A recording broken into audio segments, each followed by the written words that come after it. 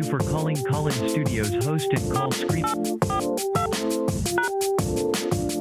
That was an invalid number.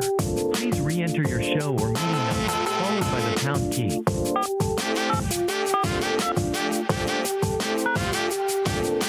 That was an invalid number. Please re-enter your show or meeting number, followed by the pound key.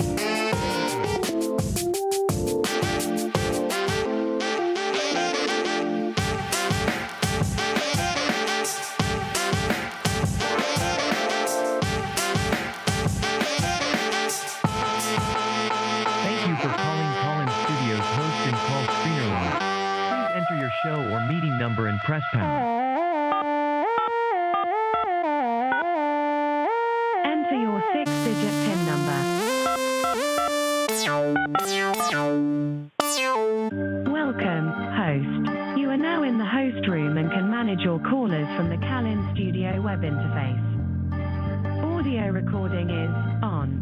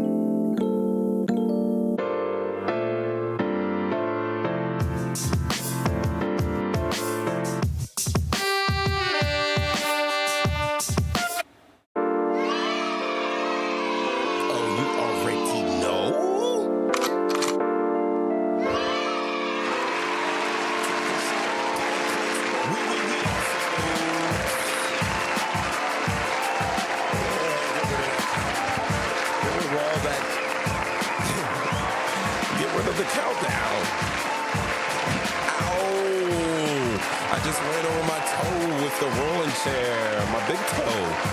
Ouch. It hurts. Oh, what are you cheering for?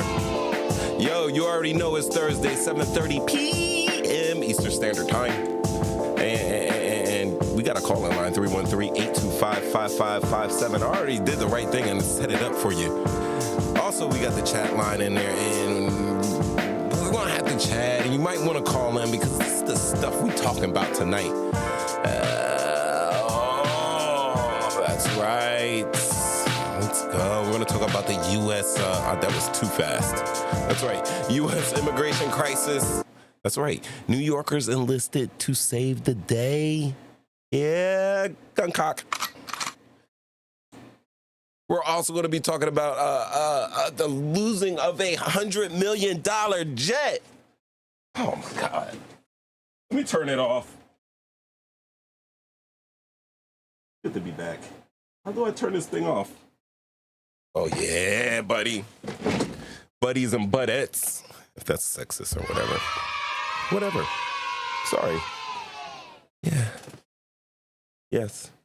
Yes, we're going to be talking about how they lost $100 million jet. Like, don't you put an air tag on it or something? Right? Easy. I solved that one. $100 million air tag. Yo, they hacked the MGM. When I say they, I mean they. I mean they because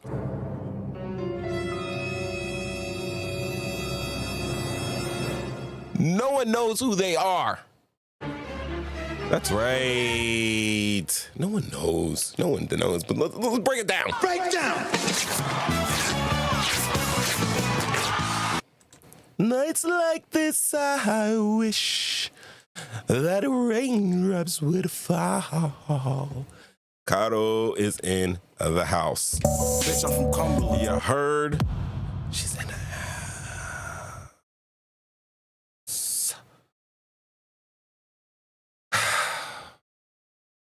Mainline is in the house. Let the children sing. That's right. And all together, we got the jump out guys. Yes, gang. They're in. They are in. Oh, you know what? I should probably show myself. Hey, look at me. Tanned up, right? I'm damn near the color of Shaka Zulu because I've been under the sun of the island of Puerto Rico. I wish I had paper towels. I would throw it at the camera right now just to remind you of the fuckery that's going on behalf. But I'm recharged. I'm refreshed. I'm energized. And that's right. We're going to give you the show today. That's right. Stuff's getting hacked at it. Move. Talking to the slide. It's taking now it's taking forever. Yeah. This is what we're going to get into tonight. Let me freeze that right there. That's me looking. I got a quizzical face. Like I'm quizzing. Like, because how could they hack MGM? How could we have oh, that was a mosquito. How could we have a crisis in New York, a migrant housing crisis in New York when New York was the city of the migrant? Damn it, Lady Liberty. And then while I was on vacay, y'all managed to lose $100 million jet. Is this what happens when I go to rest up for a little bit? POE, what's good? Let me put my face back in because I want to show you the face of disappointment, America. What's been going on? What has been going on, America? What have y'all been up to? What? And why? Why? Why? Why? What's up, POE? The podcast. Throws that up. You already know. Let's start it over. Give you your bitch, I'm from Cumberland. There's your sound effect. Love. You already know what your sound effect is. It's always Halloween in my soul. You heard. And that POE right there. Hold on. Let's bring up David Atkins. Said it. Said it. He gets it. You know what I mean? One more time. Just because I like clicking on stuff. Bitch, I'm from Cumberland. That's right. Evelyn's is It's always Halloween in my soul. and POE cast is. I'll be getting. You can get a sound effect. You can get a sound effect. Hit like, share, subscribe. You might have to piggyback on somebody else's because I got but so much bored. But I'll figure out a way. I'll always figure out a way. The American dream is dead. Is it? Evelyn, you like to wear the all black, which means you automatically have the Hollywood and the Hollywood. That too. The Halloween in your soul. You know what you did. Yo, so saying my bit rate is a little lower than expected, but I'm watching me and I'm doing this thing. I'm damn near real time right out here in these digital streets. And I'm just so happy for each and every one of you to be here this evening with the me on these we episodes. Yo, I'm missing a fish, yo. Put my fish in. There you go. That's Jumbo. That's Jumbo. He's cousins with Lane Johnson. If you wondering what I got on this t-shirt, boom. You mean, do y'all ever, I wasn't even born when she was looking like this. I was born after she got the things. Them triple things. Them quadruples. I was born after she got those quadruples. But yo, look at Dolly back in the day. You know what I mean? Ever since I was a lowercase G, but now I'm the big G. You know?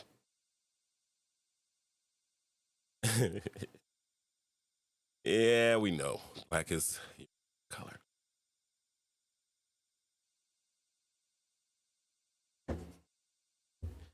Aleem Shahid said there's something going on with Chick-fil-A. Did y'all hear about that? Before I get into the what's goings ons. Did y'all hear about that? He said there's definitely something in the chicken. If you guys saw Who Cloned Tyrone, and I hope you've watched it at least 3 times, like myself. But, yo, there was something in the chicken. He was like, yo. He was like, they putting something in the chicken. I just had the eyes of pop. The eyes up. Is that Pig Latin? I think that might be Pig Latin. But honestly, straight up, for real, they said something is in the chicken. Something's in the chicken. You guys think something's in the chicken? Well, if you do, you call in 313-825-5557. I want more. Do you really? Like, this is straight original. Remember this? This is like the orig. I like this. Somehow we got to fish, however you want to say it. As long as it is not on my veggie wrap. Yo, Kato, that's funny because I was just thinking about that. Let me throw that comment up there. Because everybody's always going into me. I don't eat meat no more. And I know you're not bougie with it. So much so that I always forget that you don't eat meat. And I'm always offering you steaks, chickens, chuletas and stuff like that. Because I often forget because you don't really throw it in our faces like a lot of people who refuse to eat the man's flesh. The animal flesh, if I'm there. You know what I mean? Because I don't lie. I don't lie. I do not lie. So don't want to hear me up as I sip this my strawberry Fanta.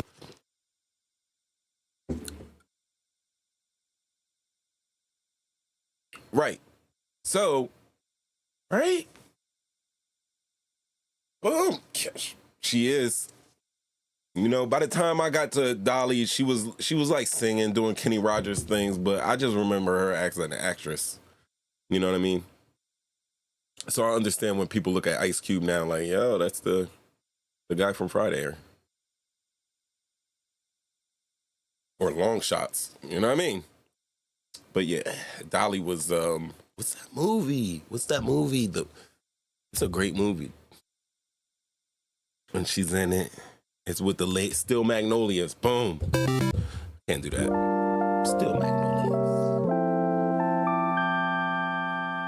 She was dope in that movie. But yeah, I heard all of her old stuff. We know that I Will Always Love You song. She was the original to do it before Whitney did it. But Whitney did something to that song. Even she must admit.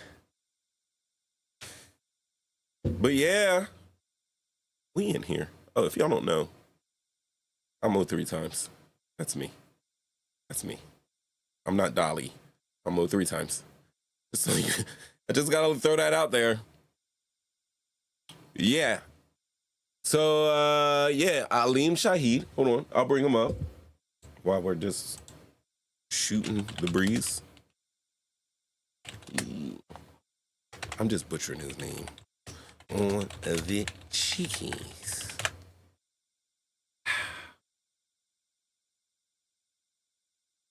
Uh-oh. Yo, ladies and gentlemen.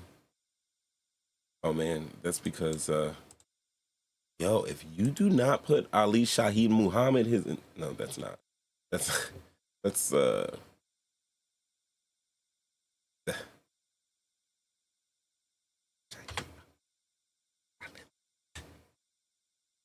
Shaheed Ali.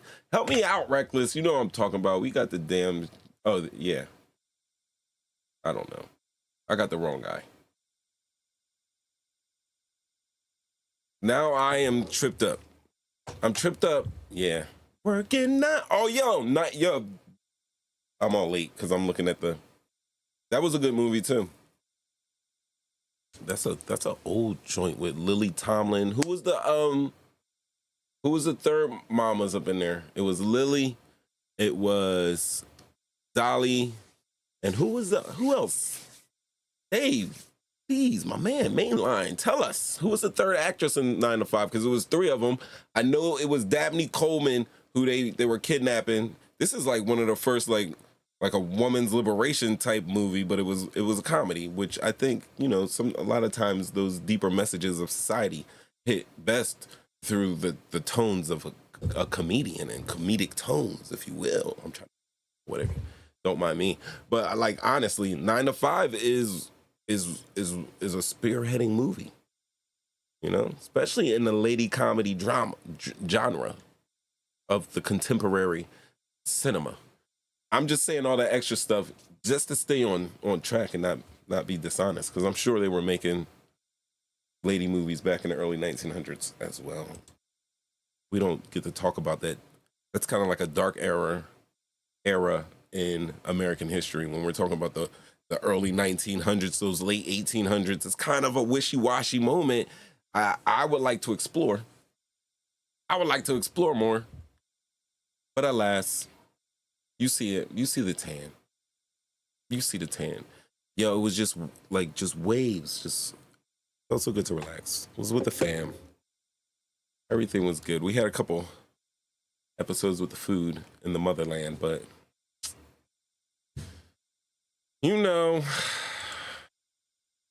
great trip. Yo, so what else? What up? Don't mess with the chicken. Do not mess with the chicken. Also, did you check out Deion and the boys? Did you see Colorado versus Colorado State, the rivalry? It got a little chippy there, guys. It got a little chipperson. Yeah, it got to the point where the coach for CSU, Deion Sanders, is of Colorado University. They're the Buffaloes. They're playing CSU. I think they're like the Rams or the U's or whatever. They got horns and everything like that. I believe the Rams. No disrespect. So they're playing in their rivalry game. And listen, for week 1, Deion takes on TCU. That was in the championship game just the season previously. So they're taking on that type of talent who are ranked, and they beat them. Close game, beat them. They next take on Nebraska, and everybody's saying Nebraska's gonna get them. They gonna pull Deion's card. They gonna rip his hamstring out mid-high step. They're gonna do all these things to these boys. These boys, you know what I mean? Young men. You know what happens? Boom, Nebraska goes down. Now we're going into the rivalry game. We're talking about Colorado University versus Colorado State University. Buffaloes versus Rams. They're green and gold. Colorado, Deion and the boys are black and gold, sometimes white and gold. They got some goldness going on there, both of the teams. But the other one is majority green and gold team, right? And let me tell you, Jane Fonda, why are we doing this? Why are we doing this? Where is my, you know what? I'm gonna sift for this sound too. Not what I was looking for, but I mean, it's never not appropriate to hit that button. Eagles! We'll get back to that button. That boy is good. Mm-hmm. Good and terrible. Sometimes. All right. I say all that to say this. Listen. I forgot what I was going to say because I was hitting buttons. It happens all the time. And then I saw Jane Fonda because I'm not looking. I'm looking at the camera. I'm not looking down at here at the comments. And I was looking for the Jane Fonda answer. And now my ADHD has, what y'all? No. We're talking about Dolly Parton. We're talking about Aleem Shaheed. Aleem Shaheed. Look at this. With the chicken. Telling you guys not to eat the barnyard bird.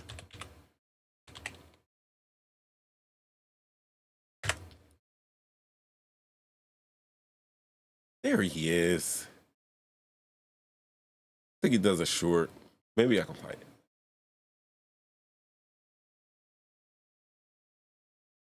All right, Jane Fonda. Talked about Puerto Rico for a bit, laughing. Then somehow with the Eagles, I hit the Eagles button and I lost it. How is that not even labeled? A-G-L-E-S, Eagles! Like, who am I not to label that button? Who am I? Who I bees? I know it's not Twitter anymore, it's X, and that's about to be X'd out of there because Elon Musk said that Twitter is going to be, you just got to pay to get on there. Why, Ellen? He's acting like Ellen right now. He's not acting like Elon. He's acting like Elon, or whatever. He's just not acting right. Many people know him as the Jump Out Boys in their city. Yo, Jump Out Gang. Gang. Where y'all at? If you guys are still in here, hit me up. Let me know. Because really, you know what I mean? I've been relaxing all week. I'm just getting back into the groove of things. Just get back in that groove. I'm gonna fix this while I'm in here because I don't like how that looks. Let's bump that up. Boom. There we go. Better chat for you and for me and the entire human race. All right. Oh yeah. We were talking about CSU. So Deion plays against they got the rivalry going. Obviously, this is first year. Deion, most of the guys that are on the Buffaloes and Deion's team, Coach Sanders, Coach Prime on his team are from out of state. CSU is from in-state. Most of those boys are from in-state. You got a couple scattered from Cali, came from here, came from there to have an opportunity to play at Colorado or whatever. The coach isn't bad. He's had some not so great seasons, but that's beside the point. Anyway, these young men are going up against each other in football gridiron combat, and they played the Saturday night game. And I think it wasn't just the flight and traveling that got me tired. I think it was because we were watching that. We were coming back from somewhere watching that. I think we were probably getting Django watching it come back. Anyway, so this is a game where the Vegas odds, and you know, I'm not a gambling guy, not like that. You know, I'll throw a little something on the craps every now and then. I'll throw some dice every now and then, a little roulette, but I don't really gamble. But when it comes to the sports, they had them by like 50 points, like ignorant stuff. Like I might be exaggerating, but they had them by 50 points. This game ends up going to two overtimes, and leading up to it, I mean, obviously it's a rivalry. When the coach from CSU first had his, and there was some controversy with him. When he had his first conference, he was like, hey, he was solid, he was focused. He said his men out there were, you know, getting ready to play. He had on a blue collar, which tells me that what he was preaching to his team, I'm speculating, but I think I'm accurately speculating, and that's why a lot of you guys come here sometimes. I think he did the we're going to talk about Travis Hunter. That was crazy.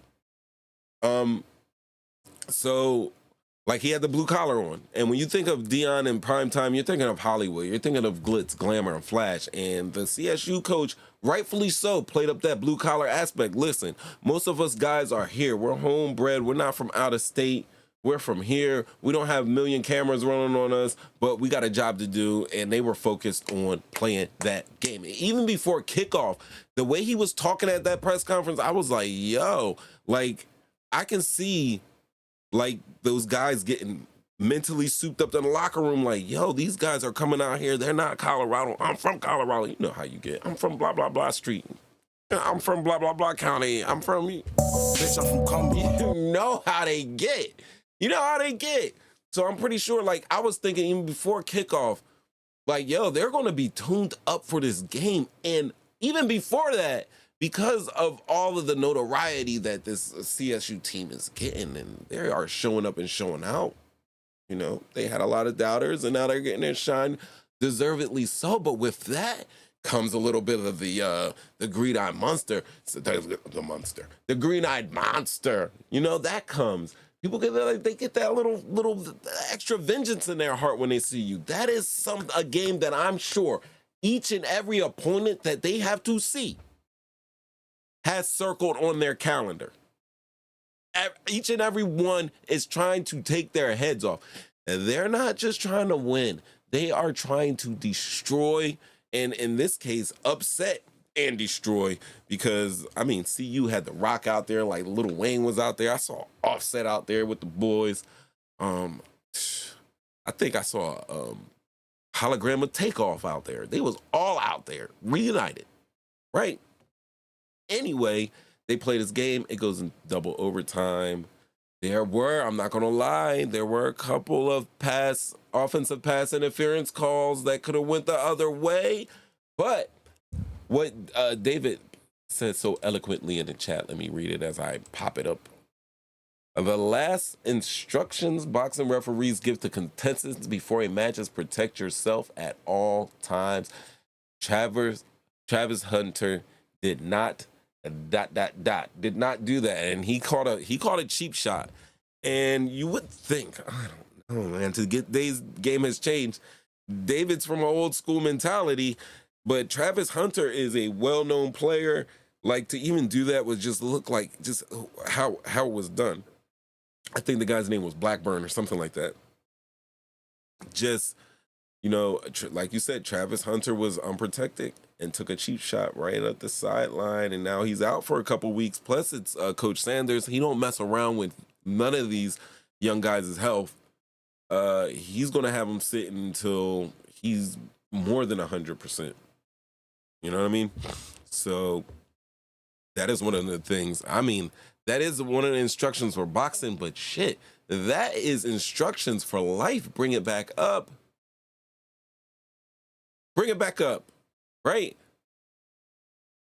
Clear the chat out the way. Remember, protect yourself at all times. That goes for boxing, football, life. Right up and down. That man's good. That man's good. He's good. It is something, Flash. It is something, because he's kicking that wisdom. He's just kicking it. Bloop. Kicking that wisdom. And we love it. All right. I'm a couple minutes in. Wasn't feeling good, but I'm feeling a little better now. A little jazzed up.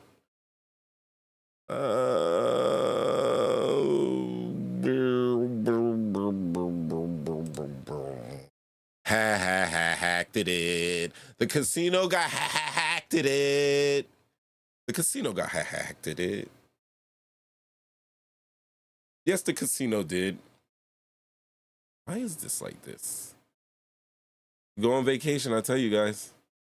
Lose your mind. I lose my mind. Yo, let me tell you something. First of all, it's Thursday, 7:30 p.m. Let me be not so remiss before I get into it. Anybody wants to call in, now would be the time. Now would be the time. I mean, you can always call in. I'm never going to deny anybody. Like, who am I? We're growing. We're showing and we're growing here. But it's 313-825-5557. And you call in, you talk to me, you hit that live chat, and you hang out with the Jump Out gang. Once you're in there, you're part of the gang. Yo, honestly, you're part of the crew. You're part of the crew. Once you hop in that chat and say hello, you are official. I give that to you. You're a real crumb bum. No, I'm not. We all deserve to say whatever we feel like saying. David is on it. He's talking about these chop blocks. They did. They called a couple dirty hits. CSU was getting after it. They played like dogs out there. They were a little throwbackish. They played like the villains in a, Disney movie. That's how they were playing. They were playing rough and tumble. But yeah, so there's a couple people out there saying, it's rigged. And hey, listen, who am I? Money's involved, it's sports, wouldn't be the first time. However, given the circumstances, at the end of the day, Shedeur Sanders still had to march that offense down the field. Scored it on you. And then, hold on, for extra little butter, glaze, jelly, jam, syrup, sugar waters, if you will, he pinpointed the 2-point conversion in the back of the end zone with Buddy in his face. Cool, calm, and collected. Honestly, when I had to watch the replay because I could not make the end of that game. I couldn't. I was barely making it to the end of regulation. But at the end of the game, I was like, look, both of those boys played out. It's going to be a story no matter what, because now other teams are going to see that, hey, these guys are touchable. Even though they've been playing pretty close games, the way they've been winning, people are like, they can stop their offense, and they found another way. Deion has another son, by the way, not Shedeur. His name's Shiloh. Wears the number 21, just like his pops. And he was on defense, showing his ass off. So much that... Call and response, I said I'm moist. I'm moist. Good God, I'm moist. I'm moist. Yes, I am. I got a contract. It says I got to hit that button at least 4 or 5 times a show. I'm sorry, guys. I'm sorry about that. Back to the Billy Jones. But yeah, there were some penalties. It was a good game. Who they got next? Let's see. Let's check it out. See, oh, they got Oregon. That's right. They got Oregon. They got like big blaring speakers on the phone because I believe they are going to Oregon. And it's going to be rocking in there. And let me tell you what. You see the Colorado Buffaloes right now. They had the blacks. They had the whites on one week. You know what I mean? I'm believing they're going to, like, even if you're not a fan, if you're just on some fashion tip, I love how the football kits look. And I'm not talking about football, kicking it. I'm talking about the football, throwing passes. Okay, that football. Like, the kits that they wear are insane. Everybody knows Oregon is Nike. The Grand Central, Ground Zero Nike, Oregon, that University of Oregon. is ground central for Nike. Whatever Nike has, they're going to give it to them. That football team has the craziest, most ridiculous uniforms ever. And we know what Coach Prime did with JSU. If you guys are watching, JSU had like 40 different kits themselves. So I know they're going to show up and show out. Both teams are going to be dressed to impress. And that's just before the game starts. Then there's going to be some football. And they are rip-roaring to go. Obviously, Colorado right now, they're second in the Pac-12 with no losses. However, this is going to be, they're punching up with this Oregon program. So we are going to see, because Oregon right now, Colorado's ranked 19. Oregon was ranked a solid 10. A solid 10. Both teams are 3-0, and it is going to go down.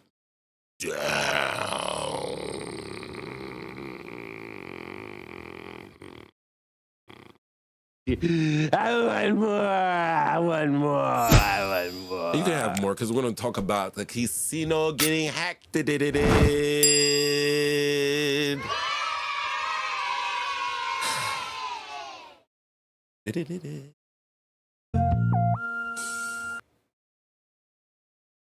Awesome. I love it. I love that these are the same, like the same. What's the matter?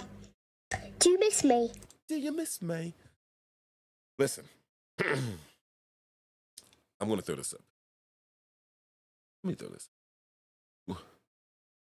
That easy.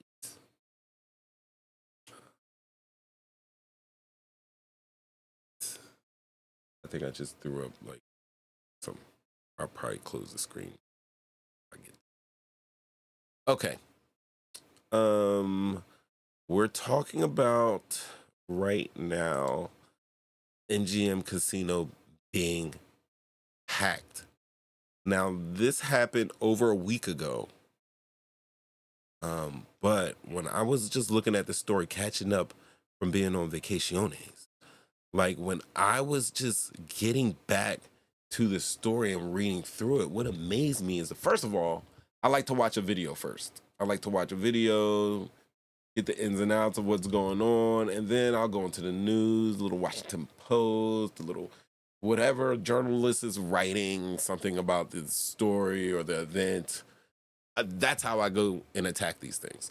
I noticed immediately when I was looking for any type of video footage for this MGM Grand, and not just that, the entire MGM Resorts International, I realized that I didn't see any video footage that went over maybe 4 minutes.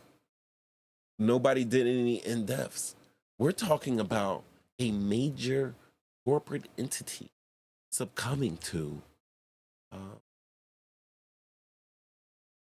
can't say it's a cybersecurity threat. It's an actual cyber attack. They were cyber attacked it. I'm a risk taker. I do. I am with the words. But they were cyber attacked. Why is this important? I be telling y'all about these technologies, man. You know how hot it was this summer? Imagine going through the summer without your air conditioner. How could that happen? Someone can cyber attack your power grid. Hell, if you got smart house where you can say, hey, Alexa, turn on my AC or my lights, they can get you there. They can get you everywhere. Everywhere. And no one's safe. Do you think MGM Resorts International thought they were going to just be hacked at it? Everybody's always worried about their servers, coming through the servers, worry about your password. Do you know how these people were hacked in the first place? I'm going to tell you. Time out. Because y'all trying to play me. Yeah. I'm going to tell you. Hit the button. You want to hit buttons? Hit the buttons. I'm going to tell you. And it is amazing. You guys with me? Because if you're not, I must remind you that it's Thursday. Wake up. 7:30 p.m. That's when we started. 313-825-5557. Call in if you will. If not, hop in a live chat. There's another button. Oh, here we go. See that? It's like if you like, subscribe, the notification. It's gonna go off every time. Single time. See. Okay. So listen. In the lead up to these recent ransomware attacks that have continued to disrupt the MGM Resorts International, the company received a failing grade from BitSite. What is BitSite, you might say? I'm going to show you site right now. I got there. That looks crazy. This is what we're going to do right here. So we're going to hit this and we're going to do. I don't want you to see my tags. I'm a DJ. And also, I'm not even on the right screen. How about that? How about that? Let's go. This one? There we go. All right. Here's BitSite, ladies and gentlemen. This is BitSite. And basically, they are a cyber risk management center. And they're done right. One solution, complete visibility. Listen, they perform security performance management, as you can see on this website. They are in charge of overseeing over 180 government agencies. You know, that's the type of security we're talking about. Like I said before, please understand that when it comes to the cyber game, you connected, you got an IP address, you hitting that Wi-Fi, you're plugged in somewhere, you're getting out to the internet can get out back to you. And there is nothing you can do. There are ways, but it's just like The Purge. Remember The Purge? Part 1, the classic one, the Purge one. They get the little things on their doors and the steel plates and everything, and the doors drop down and they got everything. And the people cut through them anyway. You want to know why? Because the people wanted them. So no matter how much security you have, they can get you. Now, with all that being said, please, listen. You're still going to lock your camera, right? Lock it up. Good passwords. Switch them up. Get a password keeper. Don't write your shit down on a sticky note and pop it up on your monitor like everybody does. If you're guilty, hit me in the chat. If you're guilty with just writing your password down and putting it under your keyboard somewhere or somewhere near your computer, please let me know in the chat. Let me know in the chat how reckless you guys are when it comes to your cybersecurity. Huh? Who's using a portion of their name or their name, you know, with a combination of letters, numbers, or special characters in their password? They want to get you, they'll get you. And if you're looking like food, they're definitely going to get you.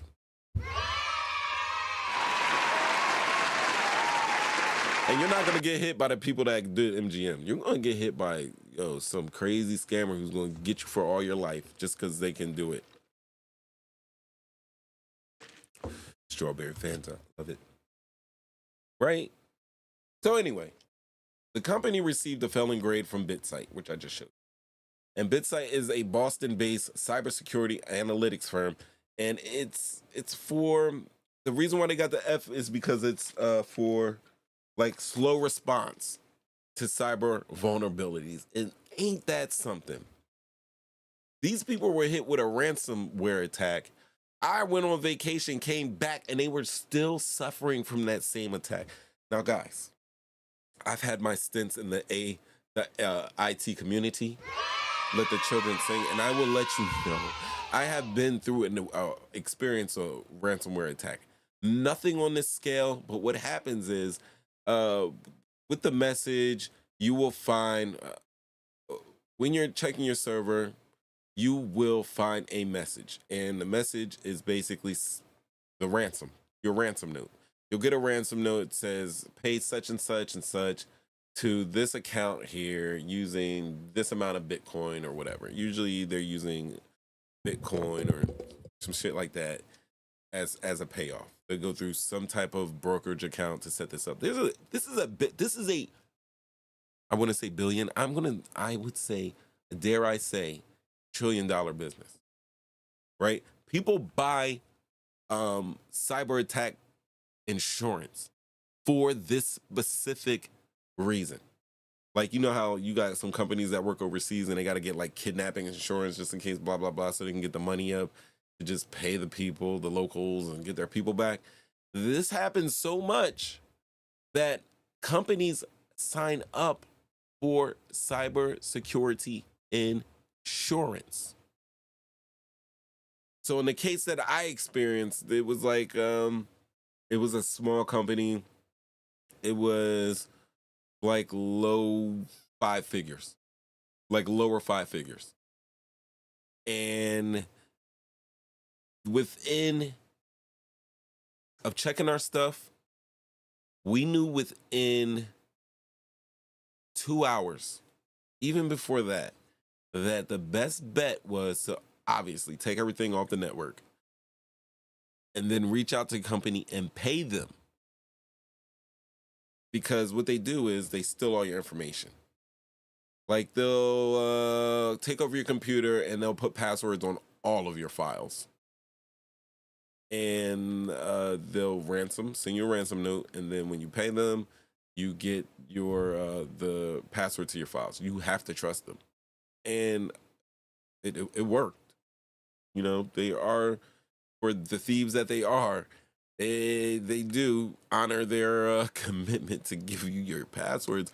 But most of the times things are missing, things are moved around, and it's just a pain in the ass. And man, if you've ever felt, had anything stolen from you, if you've ever had a car broken into, you ever had your house broken into, you just feel violated. But when you have your network broken into, oh my goodness, there's no more sicker feeling in the world. So when BitSight's latest cybersecurity ratings revealed that the MGM's patching cadence was graded with an F, patching cadence refers to the speed at which an organization addresses known cybersecurity issues and vulnerabilities. Usually patches are like, it's an automatic thing. You have a server dedicated to getting these security updates, working with your security software, and they send patches. So we know that there's a new virus out. We found a way to beat it. We're going to give it up to everybody. Della? What's going on? I'm trying to give him the yeah, we're gonna get into that. I don't know what he's talking about. Delan. What's up, killer? See this face right here? You see that little light-skinned lady right there? She's a killer. She's an attempted murderer. We'll talk about that later. If you want to talk about it, we can talk about it when you call in 313-825-5557. Back to the hacked. All right? So BitSight, which is the security firm that I showed you guys. Don't do that, Della. I sure did. I played that off because I am seasoned. I am seasoned. I'm going to. I'm here for it. I'm here for it all. I'm not even going to hate on the Thursday night football game. You guys hit me on your phones. Watch the game on your TV. Mute the game, though. You can watch the game, but mute it. You listen to me. You listen to me.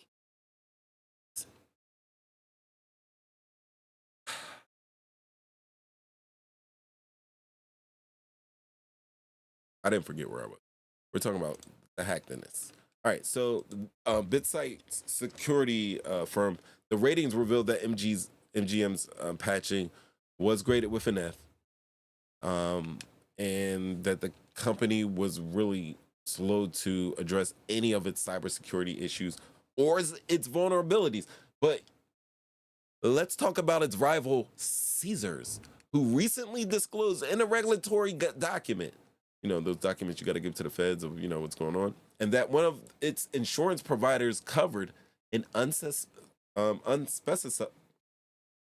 unspecified payment to hackers to resolve a ransomware attack. If I paid in the low, 5 figures, and it was a tiny,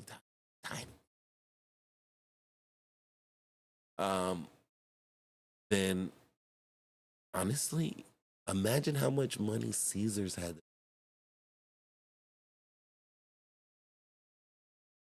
But MGM didn't do that. They didn't follow suit.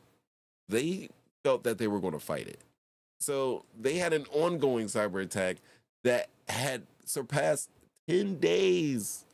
And you know what it cost them? It cost them up to $8.4 million in revenue daily. Oh.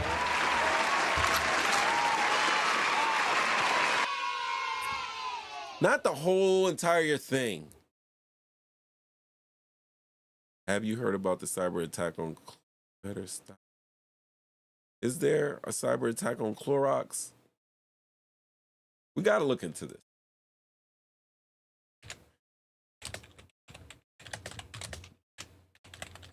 That's right. I love my jump out guys. My jump out gang, the best jump out gang. My jump out gang knows. Clorox shortages expected after cyber attack disrupts production. Damn, the Clorox was attacked. I believe that's the Procter and Gamble company. So you have to imagine all the other ish that got attacked. Plus, every now and then you find out that, hey, I've been to Target in the last 6 months, and you get that email. If you've been to Target in the last 6 months, you might be a part of a, what is that? What the all-encompassing lawsuits, civil lawsuit, the trial lawsuits, when they like that lie. The whole entire lawsuit. When everybody comes together to sue a company. I am losing words as I'm speaking here out of my head. So you're always getting those. And then we find out, that all of your debit card information got out 6 months ago, and they're just telling you. Or we're finding out Facebook was been had with the Cambridge Analytica scheme, and we're finding it after, somebody was elected. Under the influence of Cambridge Analytica. We are finding out all of these little things so far after.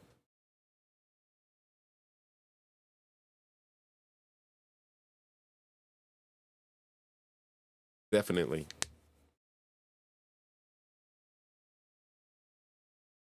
We're definitely going to get. I spoke to her. Gotta call her back. But yeah. Right? It is cyber warfare. Everybody, we gotta all learn. Like, Richie Revolution will be, tell you guys to prep up a little bit, get yourself some water, a little bit of land or whatever. You better learn how to code. If older people don't listen to younger people, they become slow amongst older people. And vice versa. Vice versa. Break down.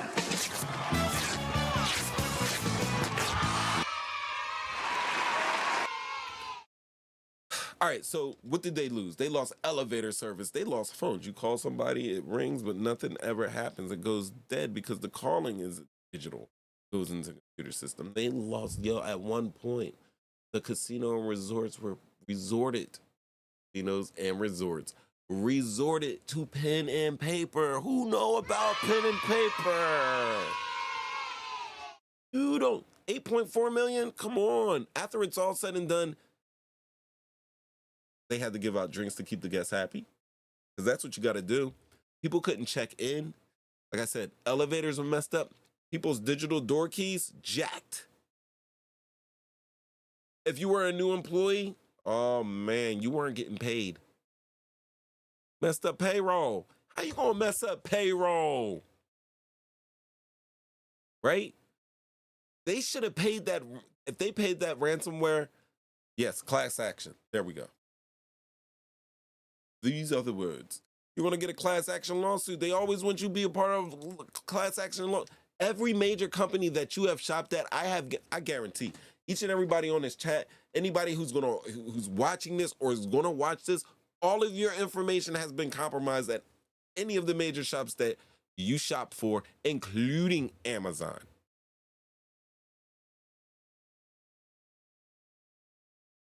Including Amazon. And who don't shop on Amazon? Who don't shop on? E-A-G-L-E-S-E-O! I can't help it. Can't help it. So, to put this in perspective, $8.4 million a day or past 10 days, that's $84 million in losses.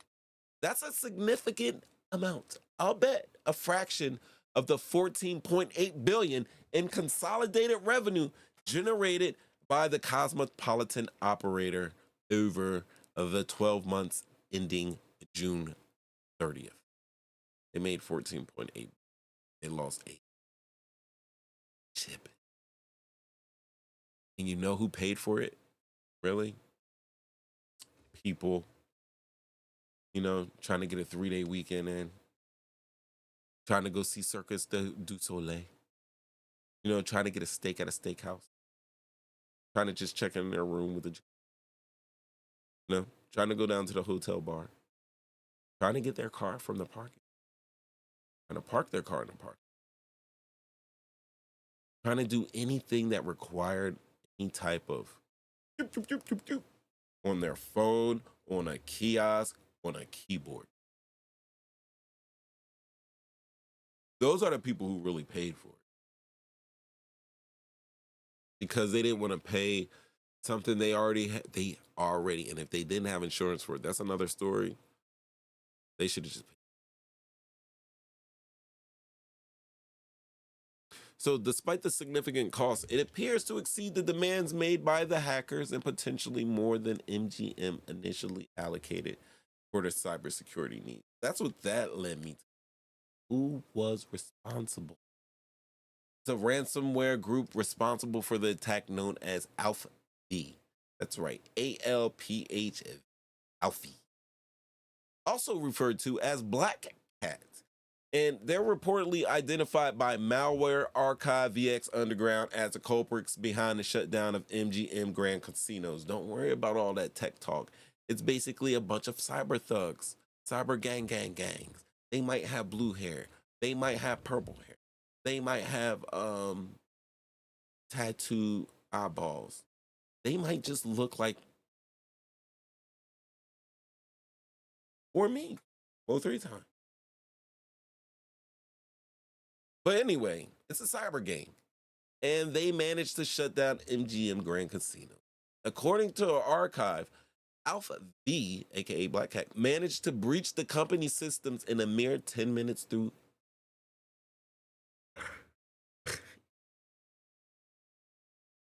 social engineering tactics. That's right.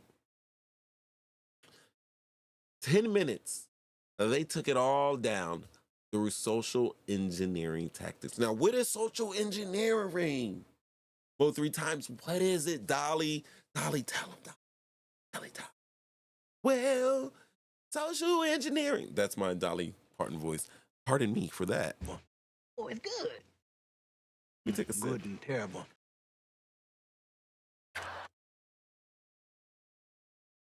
Many people know them as the jump out boys in their city. You know? Thank you. Oh, we're giving stuff out? I'm seeing in the chat that we're giving out. Because I got a cash app. We like lights. We'll be winning. So poor. Yo. Anyway. Oh, I'm supposed to be giving money. All right. Responsible party. Alfie, that's right. So they did it through 10 minutes using a tactic called social engineering, which means they had used a telephone and spoke to someone. Watch this movie called Hackers. It's a terrible movie from hackers that hackers love, but hackers kind of love to point out that, that was ridiculous. Show a movie that came on starring a young Angelina Jolie back in the day, and they were hacking. They had to surf the craziness. a great movie. But in a movie, there is a scene where one of the hackers socially uses a social engineer tactic by calling up to the office building, and he gets a roving security guard that's going through. Back in the day, there were modems, just like now, your Comcast modem, but it had like a regular phone line in it, and it sat next to your computer. It's a networking. Anyway, it had a modem on there, and he needed the modem number so he could, basically hack into it from his terminal, miles and miles away. So he calls up in the middle of the night, security guard rings, picks up the phone on somebody's random empty desk, and he's like, "Hey, this is me, blah blah blah, from the office. Buddy, I'm getting bricks. I got this project that's due in a couple hours, and I really need to get this information off my computer. If you could do me the biggest favor, could you give me the code number that's on the side of that modem?" And the guy thinks nothing of it, gives him the information, and boom, boom, boom, he's in. Yeah, called Hackers. Probably get it on free. It's probably on Amazon Prime for free. You can probably find that, Hackers. Great movie. Yo, actually, Mark Anthony was in there. The singer, salsa singer. One of his first roles. Pretty good. Wendell Pierce was in there. He played like a Treasury agent, IRS agent, Secret Service, because they deal with that stuff. Secret Service deals with these type of deals, as well as the FBI. It's a big federal offense to be hacking these things like that. However, guys, while you're watching, we're getting football scores. 49ers up by 3. I don't know how to feel about that, so I'll just hit the button here. EAGLES, Eagles! We did our thing. That was nice. Watching that game, Paradise just 2 feet away. Oh my. It was beautiful. It was beautiful. It was beautiful. Right. So, social engineering.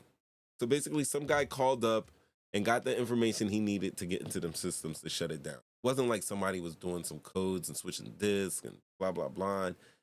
There's usually, in these type of big incidents, somebody is social engineered into giving a password. So basically, somebody went on LinkedIn, found out the organizational chart to the MGM corporate facility, and figured out who to call to get the information they need.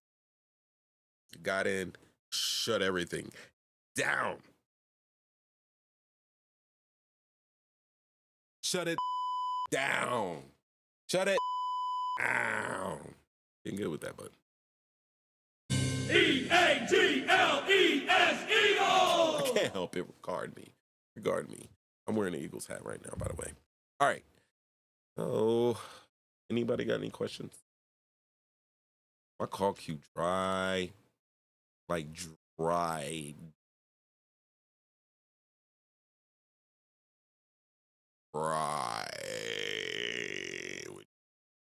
It's a good time to remind you that we're live. Live with Mo 3 times. It is the we episode. Get it? Got a call in line 313-825-5557. I've lost the chat. The Jump Out Gang is beyond me now. I'm just scrolling through and I'm just clicking things and throwing people up there because I love you guys, each and every one of you. But to just keep it real. Oh, there he is. I've been waiting for Ramid all day, all damn day. Ramid, don't do that because you're going to get me kicked off because I like to make jokes. But it's crazy. They called the help desk, had a 10-minute conversation, and it's a revelation because that company's valued at like 33, damn near 34 billion. To a huge company. Customer check-in delays, error messages displayed on slot machines, disruptions in paid parking systems, like I said before, ongoing error message on a company's website. Similarly, MGM's booking site remains down. instructing customers to contact customer support for assistance. Ain't that crazy? We talking about the Patriots, the Giants. Guys, what you know about the Jets? That's a great segue. Give that to me. Give that to me. What do you know about the jet? What do you know about the $100 million jet that went missing? Like, seriously, I don't get it. Yo, the weirdest ish. When I step off of the mainland, the weirdest ish goes down. I'm saying this because I don't want to curse, because then I'll have Flash going. And I'm like, yes, it is something Flash, because we're trying to turn up and we're trying to come up in this YouTube game right now. And the cursing just won't do. We're trying to keep it clean. We're trying to keep it mean. And we're trying to adhere to YouTube rules and regulatory regulations. But every now and then, I will be an amazing. You're a real crumb bum. I will be that crumb bum for the YOU. I'm your crumb bum. Wendy? You know where that jet is? Right there. That's I think her name is Nancy Grace or something like that. I don't know her name. Oh, not Grace. Nancy Grace is the lady that be talking that shit, getting people hemmed up on them cases. Her name is Nancy Mace. She's a Republican representative from South Carolina. And she wants to know, where in the hell is that? And when we talk about South Carolina, the plane went missing from the Joint Forces Air Base in South Carolina. Now, why do I say Joint Forces Air Base? Why do I say Joint Forces Air Base? You want to know why I say Joint Forces Air Base? I'm going to tell you why. Because the plane that actually went missing, let me bring it back up, that is an F-35. It is a very, very special plane. I'm not sure. I was watching Top Gun, the new version. The new one. I was watching Top Gun, and basically, I'm not sure if that was like one of the jets that he was testing or what. But I can tell you that this thing has some amazing capabilities. This is a special one.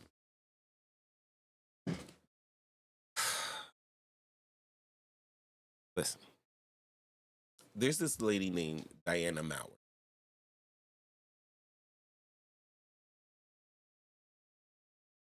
This is Diana. Anna Maurer.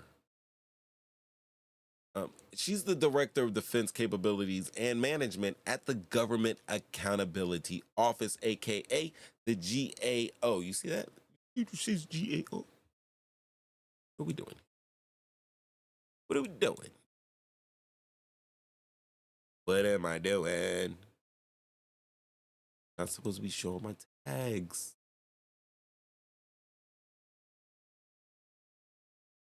Right? That's how you spell her name. Spell correctly. Right. Excuse me, I need a little strawberry Fanta. I got a little.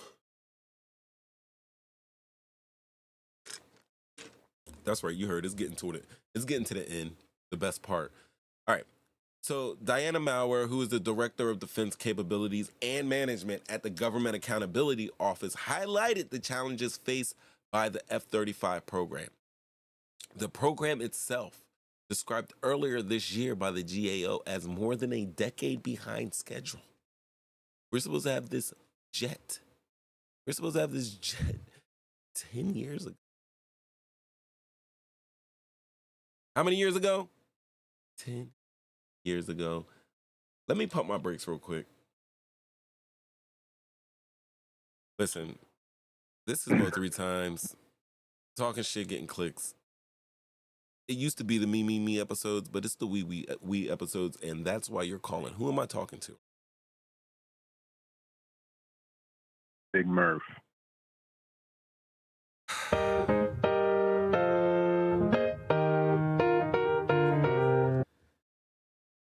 I'm not calling any man big, but Murph. What's going on? What is going on, sir? Oh man, How are you? Thanks for calling in. Checking in on this. Thanks for checking in on us. How you finding the show right now? How you finding it? You liking it? Any gripes? Any complaints? I'm loving it, man. First show back from a wonderful paradise vacation. How was it? It was beautiful. It was awesome. Yo, like I took a coconut, sir, that had fallen from the tree recently, and it was like I was back to like the beginning, and I just knew what to do with that coconut because I saw a coconut, I saw a sharp rock, and I knew that I had these 88-inch pythons.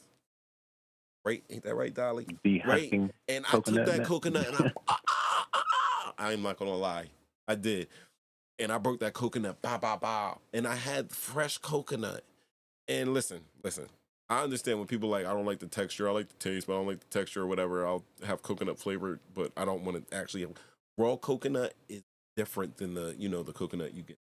It's a different type of, it still has a little texture to it. But it's a beautiful thing. I felt healthy. Just eating that coconut alone, I felt effing healthy and rejuvenated. Straight up. Aww. And then we were right on the beach, so it was like the ocean waves. That was number ocean waves. People talking shit, you can't hear it over the ocean waves. I saw the sun come up. I got up early and watched the sunrise. That's the type of time I was having. Like a spiritual. Something that I needed for my soul. I'm happy for you. We all need to get that vacation. It was beautiful. 3-3. They're LOLing me because they were there. They were there. Kato was celebrating her anniversary. Congratulations. Right? Yeah, and this is the cool thing. We made a heart out of rocks on the beach for them, for her and her husband, and then we set out a nice place for them to eat. And then while they were in their anniversarial bliss, some dude just walks by and starts fishing, sets up shop right next to their little shindig, and starts fishing. And the cool thing about it is that there is no such thing as a private beach in Puerto Rico. Ain't that right, Kato? I'm not lying. That's what he does. This guy sets up and he's going to get his night fish on. Matter of fact, the first night we got there was two people in the water. They must have had flippers. We could see flashlights. They were doing something. I don't know if it was, if they were sitting. I don't know if it was just totally innocent or anything like that. But whatever they were doing, it was beautiful. Lights, and it was dark out there. I was like, they're crazy for me. But anyway, I'm not lying. The guy did set up between Kato and Benji's anniversary dinner. Fishing. We was going to beat him up. But honestly, in Puerto Rico, all the beaches are public. It don't matter if your house is right there sitting on it. Somebody can just come through. You can't have no gates up. Even if the houses are lined, they have to have some type of public entrance so people can just walk through, or people can just walk through your yard and go to the beach, and there's nothing you can do about it. The beach is for everyone. I call it the beach there. You know, we're from Jersey. We got the shore. That's the beach. To Puerto Rico. Paper towel. Gorgeous. I know you want to bring something up. If you want to bring something up around the fantasy football area, by all means, I'm ready for you. No, I mean, you already know what the deal is. I'm just trying to help out concerned fan. That's all. For anybody out there that's watching, that's from the league, I hope you're watching me right now. I did say that I was going to come on Sunday, and I really meant that with all my heart. But I couldn't get back. I just couldn't. I could not get my ass up. Straight up. No worries, man. No stress. No worries, no stress. But you gotta enjoy. You gotta take you time. Ain't nothing changed. I'm gonna lose next week. I'm gonna be on Sunday. The Eagles gonna play. I'm gonna be on right before the Eagles play because, Will, you don't know this, or maybe you do, but look at that. That's my show. It's called For the Birds. If you an Eagles fan, you call in. If you hate on the Eagles, you call in and get cursed out if you want to. Aww. Disrespectfully though. You know what I mean? So we're gonna talk that. We're definitely gonna talk about my fantasy football because that's my league right now. This is what we're called here. We're called Sad Puppy Fantasy Football with a crying pup. And right now I'm crying. And you want to know why? Because excuse me, we're playing a 2-quarterback league. My first quarterback I picked was Joe Burrow, who is acting like a freaking fool right now, and not in a good way. And then my second pick, oh my God. My second pick goes along is a missing jet. The missing F-35, aka Aaron Rodgers. He's out with the Achilles. You know? Basically, where's the Jets' $100 million jet? You got to adjust. So this is what my life is doing. And Will, this is not just happening in this league. This is happening in 2 other leagues. I am losing. And each and every week, I am projected to lose and lose badly. Oh, God. Yo, it hurts to admit this. It hurts to admit this. It makes for a long season, but, it turns quick. The switch is quick. Yeah, you're right. And then hopefully I'll get back. I'll get Jonathan Taylor. They'll figure out his contract. He'll hit the ground running, even though we know what happens to people who don't go through camp or play any. Hopefully he stays healthy. Speaking of Jalen Hurts, Ramid, I love Eagles.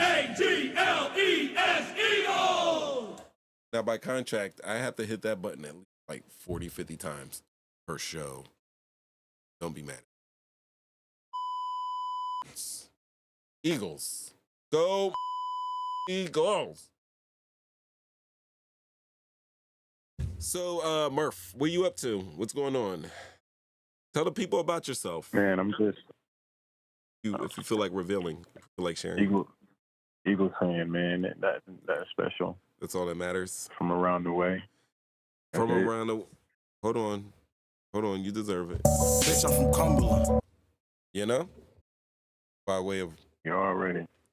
But, yeah. Are you back in school? Yeah, we're back. School started up? Yeah, we're back. You don't want to tell the people? I'm gonna tell the people. Yo, Will is an educator. Will teaches gym class. He's a gym teacher. No, he's not. Will, tell the people what you do. Nah, I just help to mold the minds of the young. That's it, man. Every day. Let the children say. Every single day. And that's in a good stand-up, wholesome way. It's not in like a Jeffrey Epstein type of way, right? You know what I mean? You're not like just laying out there in the streets. We're talking about, you're like a version of Joe Clark from Lean On Me and Hillary Swank from Freedom Riders. Hillary Swank. She was in this movie called Freedom Riders. It's one of, or I'm sorry, you are more like Joe Clark of Lean On Me and Jaime Escalante from Stand and Deliver. Cock me back. No? Still no? Nah, I don't know. I don't know about that one. Anyway, he educates the kids, keeps it real with them. He molds those minds. He challenges them to be better thems, better at everything. That's what he does, honestly. And because he wants to be all like humble with it, and he keeps his cool. These kids, guys, you know how I feel. I love the kids, but kids. And he has to go to school, deal with that shit every day. Yo, while I have you here, I got you, so you about to make me go, you're going to make me go crazy here. Will, why have you here? Please tell us, yo, what are some challenges that you see in the classroom for these youngsters? What's the biggest challenge you see? You can name a couple if there's more than one, or if there's any at all. No challenges, man. Just solutions, bro. That's it, man. You just find solutions. Right. Ain't no challenges. What are some of the solutions that you've had to find? I mean, kids are students, man. Kids are kids. You know, you have to be able to, at all costs, you know what I'm saying, build some kind of rapport. You know, you can do that. You can pretty much, you know, have a pretty good relationship. You know, make it worth your while. Make it worth everybody's while. Yo, in the chat, they're saying that they're saying that discipline has to be the number one issue. Would you agree with that? No, but really, I'm sorry. In the chat, one of our jump out guys is saying that no discipline has to be like a number one issue that you face from the children. Like they're not disciplined. No, I think we can all, you know, lack of respect or discipline or whatever you want to, you know, label or call it. You know, it takes a village, meaning, you know, this is kind of generational. You know, you can judge or you can say, or, you know, but you got to kind of take it in our hands as adults and role models or whatever to have more positive influences than the outside media world does, which is hard to do. It is. It you is. know, And I think it would be like harder you take it personal. Because, you know, we grew up with MTV and everything, so we at least got our 8-hour dose of effery around there. But these kids got phones. You know, they're getting at least 18 hours. 18 hours of just, you know, society thrown in their face. They're getting 18 hours of constantly having to click a button and make a choice. You know, where, you know, we got to relax and everything. What I do agree with what you're saying is that, yeah, it's one thing to, you know, sit here and complain about kids. And it's always the older generation complain about the younger generation. We're getting a lot of kickback from the younger generation, and it's kind of shooting uphill, which a lot of people aren't used to. But I'm with you on it. Let's not just talk. We're not going to talk about the issue. Let's talk about solutions. Let's get to solutions. So if you feel like you're being disrespected, obviously, go from like the little 4 elements. One of the big thing is don't take anything personal. Don't ever take anything. You know what I mean? And in those moments of, that is one of the greatest opportunities that you have to right the ship. I'm just talking. I'm spitballing here if you're following me. But like in those moments of chaos or in those moments of disrespect, that is when you can be the most effective as an educator, because you can show them how to respond to that disrespect. And you can teach them to be a little bit more respectful. You hope, you know, you one can only hope, you know, you just, maybe it's an example for them down the road one day, or they have a positive thought, or, you know, hey, I remember how. That's all you can really wish for. And you know what, that's right. I don't know if you, I mean, me personally, I think about something, you know, that somebody probably said to me, you know, like a little bit of game that I received that I didn't even need. Like, but I was given that tool and it was put in my tool belt. And like even receiving information, like it's still on you as a person to that once you receive that information, you have to implement it, you know, in a correct way at a correct time. And that's what I tell these young jits, yo, life is a tightrope, man. You don't realize it, but you're constantly walking like it's a tightrope. And what you want to do is give yourself a little bit more this surface area to get across your journey safer, more comfortable.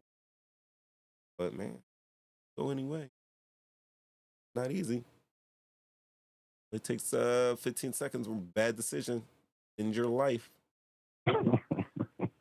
That's for any of them, because you know, because as a kid, you're prone to do stupid stuff. We all have that.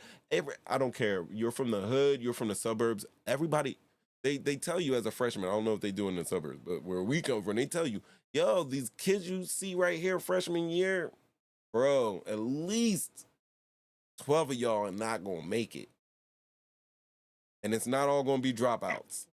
They let us know that. I might have got that speech first grade or something like that.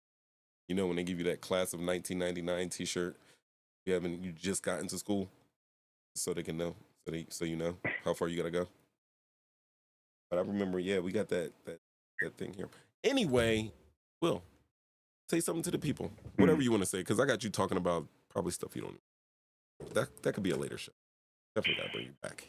Thank you. I appreciate that. Right. I appreciate that. From one 0-2 team to another 0-2 team, you know, I put a trade request out there to just kind of get you thinking about your future. Yo, hold on. This is how we got to do. I got to look this up, huh? I didn't even. You know, I think it's pretty favorable. You know, we kind of both can get back on track, and let's see what this guy's got. I can understand if you're not willing. It sounds like you already know that it's going to be crazy. So where is this? My team league. I think you got like 2 suspect running backs this week. Pending pending moves.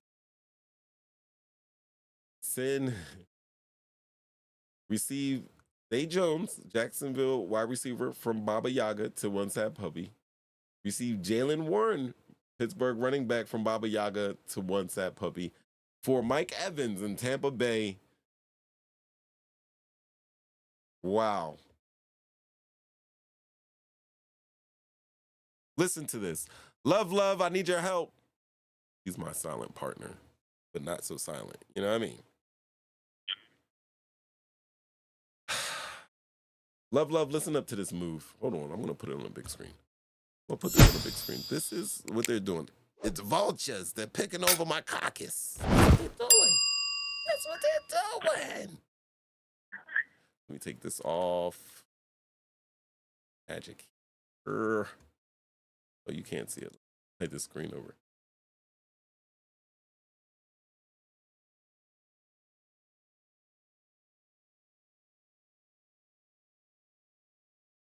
There we go. Yeah, all right. So here is the move that he wants. Let me know. But I'm put on music while you guys check this out. You guys read this over for me. I don't want to put that music. I don't think it's going to come. I'm going to give you. Yes. Right now, Talking Shit, Getting Clicks, we episodes. Mo 3 Time discussed with, quote, Big Murph, a pending fantasy football trade. A pending trade. How did you do? Yo, is that Sax in the City?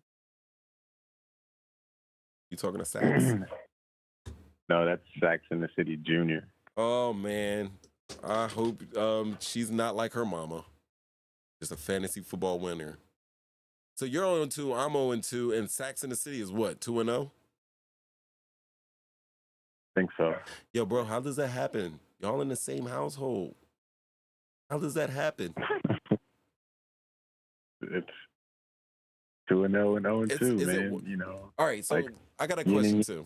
Are you guys collaborating over there, or is it like war? Or you got a war room? Is it Mr. and Mrs. Smith over there? Oh, it's war roomed up. Oh, I can tell. Yo, she is winning the effing war. Competitive. She is winning the war.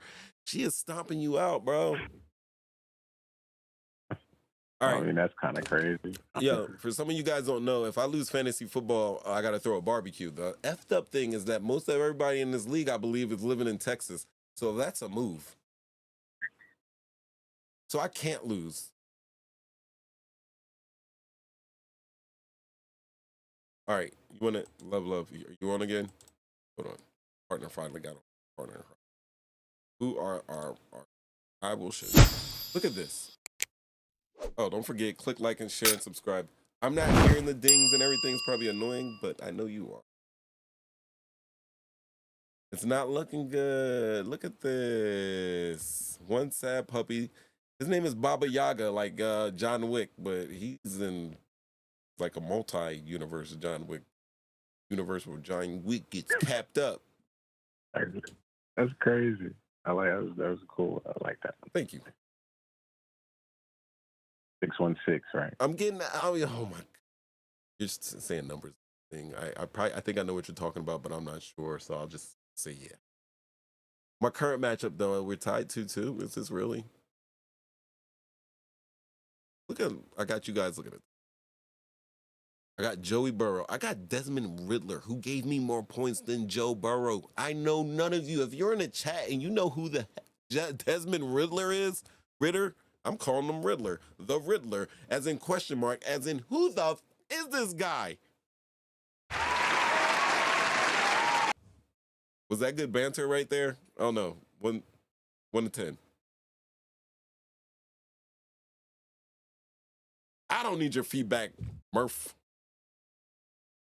So and this is what's going on. I guess ETN is healthy. Damn. Projected.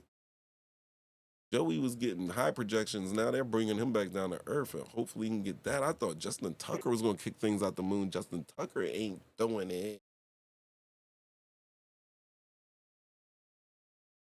She's not lying. She's crocheting while watching football. I just saw her the other night, and I said, "You still knit?" And she gave me the death stare. Gave me the death stare, guys. And I took that shit seriously because she pushed her husband down the steps. I'ma tell him. Yo, she pushed her husband down the steps, right? And then threw a curio on him. And we're not talking about an IKEA curio. We're talking about one of them Ethan Allen joints that's like carved out of redwood. That's the type of furniture she threw on this man at the bottom of the steps. Pushed him from the top of the steps and threw the curio on. Guess what? Guess what, Will? What? He lived. I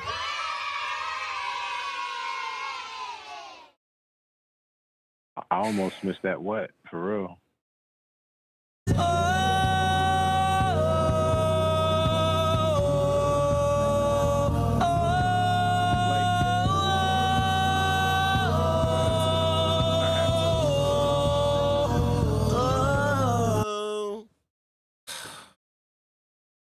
Right here, and now she's just here yucking it up with the jump out guys.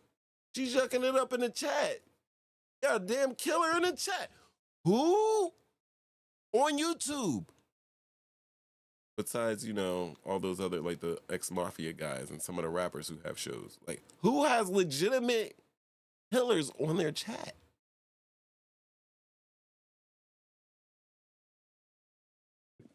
A la Misery vibes right there. Yes, it is. He's a killer. Killer. I'm not mad at that. All right, so you call up here. You don't want to talk. You don't want to talk F-35 missing. You don't want to talk. What else we talk about earlier? The MGM being hacked. F-35 is not missing. They know exactly what they told us. They told the public the F-35 is missing. When it's missing. MGM, all those hacked people, they was making millions of dollars playing with people's money with the lowest level of security for years. They knew damn well what they was facing, didn't take care of it because they worried about the bottom line. The revenue that they lost is probably fractions of what they gain off of not protecting people's identities and not doing their jobs as corporations.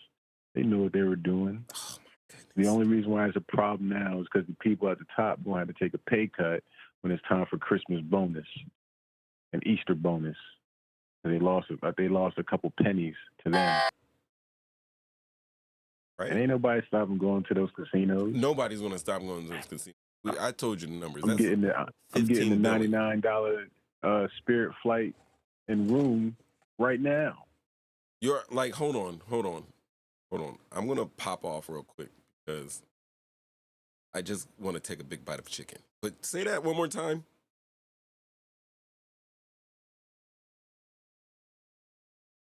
You're going back to Las Vegas? $99 flight. I'm going to Vegas tomorrow. I'm staying at the MGM. You're shitting me. I'm gonna play some Hold'em in their poker room. Like ain't nothing happened. Like nothing happened. All on Earth 616.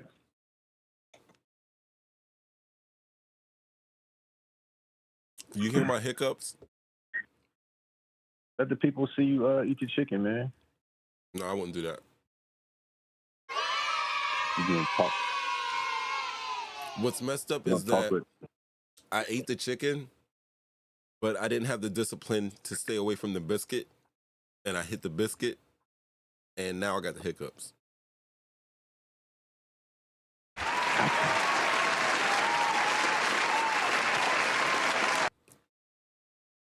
It's not the sandwich. I just had the regular chicken. Ramid had chicken today. Did you hear about Alim Shahid talking about the chicken and stay away from Chick-fil-A and the other places? Nah, why? He said there's something in the chicken. Like they clone Tyrone style. Steroid? We all know that there's steroids in the chicken. We've all seen that picture. I hope most of us have seen the picture of the chickens. Like they're looking like Neo when he's in the Matrix, when he's in the vat of goo, and they got the chickens hooked up all bald like Neo for KFC. That's why they can't call it Well, that's why they couldn't call it Kentucky Fried Chicken. They had to call it KFC because they technically weren't cooking chicken. They was cooking something else, some proprietary.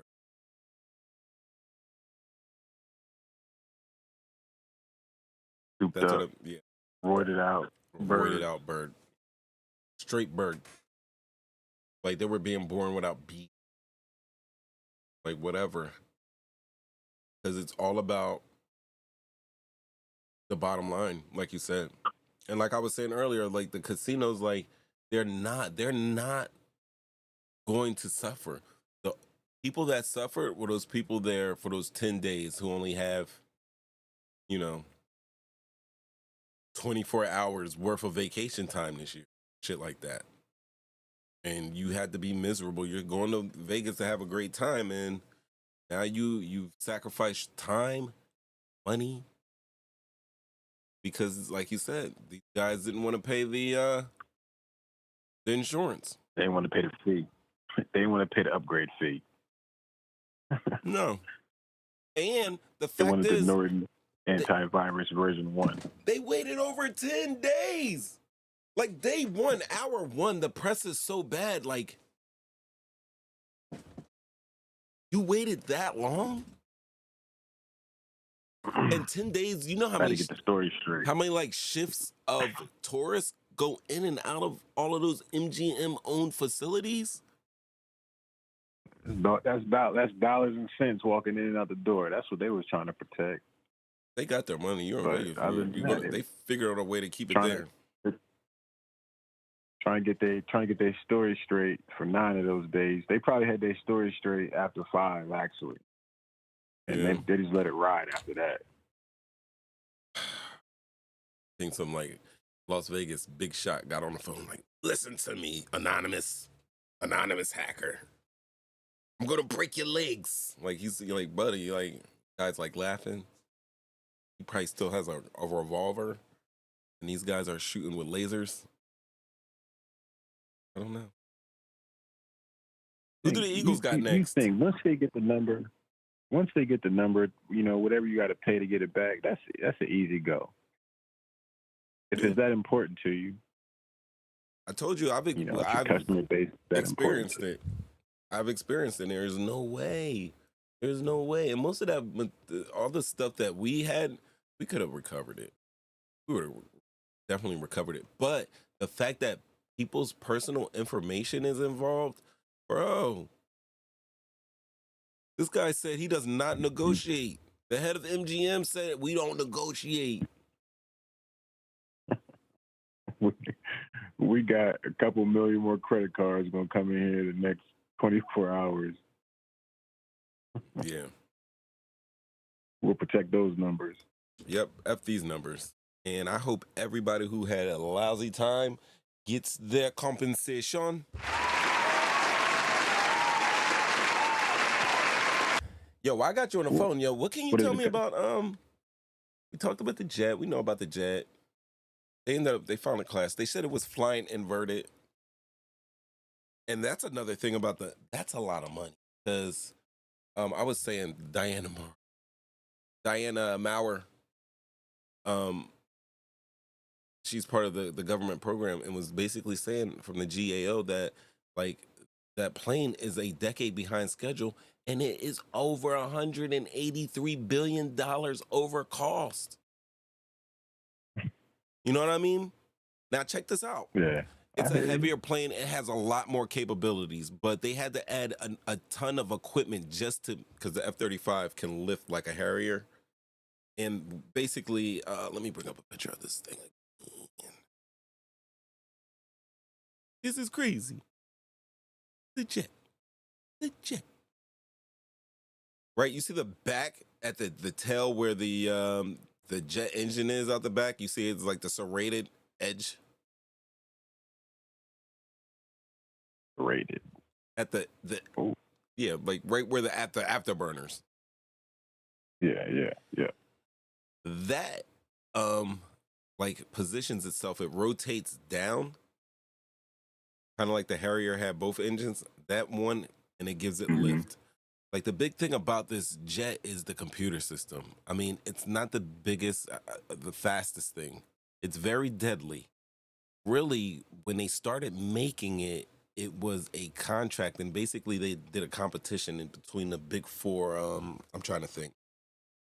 I know Lockheed Martin, Northrop, McDonnell Douglas, and the fourth one, Northrop Grumman, Boeing. So all four of them then, and then it ended up being Lockheed and I think like Boeing or something like that. One of them came out with an ugly version of the F-35, and it probably actually worked better. But because it was ugly, all the officials said, "Oh no, we're gonna go with this sleek, cool-looking F-35 bird." Now, what's also cool about it is, like I said, it's because it takes off vertically.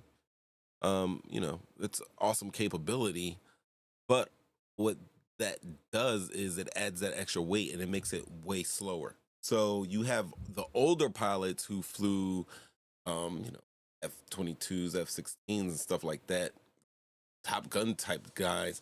They're saying that, this is slow. It's not going to work out well in a dogfight.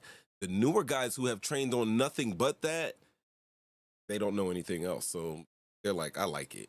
It has a heads-up display helmet that pops down with the heads-up display screen, so you can actually look around underneath that airplane as the pilot. It gives you that tremendous advantage of, I don't know about this, but battlefield and situational awareness is key in fighting, and that's what it does. But that is a $400,000 helmet, just the helmet by itself. We're not talking about the missiles and other armaments that go on this thing. But really, when they were building it, they were trying to build an airplane that could service all the majority branches of the military. So they have one for the Army, they have one for the Navy and the Marines, and of course they have one for the Air Force. They were all supposed to be doing different things so they can outfit it differently and make adjustments so it's highly customizable. But it is a really cool airplane. We've spent over, I think they've spent over $1 trillion developing this. Damn near $2 trillion developing this thing that is over. And it ain't even the first one. And it's not the first one. And the fact that we're having mishaps. The fact that we're having mishaps and planes are flying inverted and we don't know if people are being ejected or not ejected, that's an issue for me. So really what they were saying is that they got mixed feedback from the pilots. They're saying that while pilots often express admiration for the plane's capabilities, they also report infrequent flying opportunities due to problems with spare parts, repair issues, and reliance on the contractors. These factors contribute to substandard readiness and frequent grounding of the F-35 fleet. And obviously, when you have a new piece of equipment, it's going to, like for maintenance, it's going to really go back to the contractors until, the plane's been around there 20 years and some little E4 figure out how to fix everything on it. But Yeah, that's what we got. So Maurer also emphasized the frustration from like the taxpayer's perspective. You got to consider the substantial financial investment in the program, and it's already cost, like I said, $2 trillion over its life cycle. And you already know, Will, we're coming up with the latest and greatest things. So we already got the next jet contract in the pipeline, and this thing isn't even finished yet. So Absolutely. Really the things that stick out to me in this story, which is all right, jets crash, training exercises, this happens, things happen mechanically, pilots have to bail out. It's like what you were saying earlier, like, why do they always try to hide? Like, just keep it a buck with us. We're going to find out. We're going to find out the truth. So what got me was initially it was stated that the F-35 jet had been left in autopilot when the pilot ejected from the aircraft. Subsequently, Jeremy Huggins, who's a spokesperson at the Joint Base Charleston, and we do a joint base because that specific aircraft was designed for the joint bases, which I just explained. But they informed NBC News that authorities were still investigating and did not confirm whether the jet was indeed in autopilot mode at the time of ejection. And there was also talk that there may not even have been an ejection at all. Aww. Somebody lying. Somebody lying to us. What are we cheering for? What are we cheering? What are we cheering for? But ultimately, you and I, the taxpayer, we're being screwed, guys. Keep on paying. And then this jet lands in somebody's backyard, and they're paying for it. That's what we got so far. Wow. Yeah. I got one more for You you. just had a... I got a PLE, like, debate type of deal. You know what I mean? Yeah, I mean... We may have to do an exercise, like a pro and con, because I can go both ways on this next subject that I'm about to talk in my efforts to keep you updated on this game, yes, I got San Francisco at the Giants' 10-yard line. Christian McCaffrey, 1-yard run up the left side. Does he only do 1-yard runs? Third down. I've never seen that man just 1 yard. He gets multiple yards every time I see him with the ball. He's got about 60. He's got about 60 yards in this one drive. What was that? McCaffrey? Yeah, I was going to pick him. He was going to be my second pick, but he was taken off the board.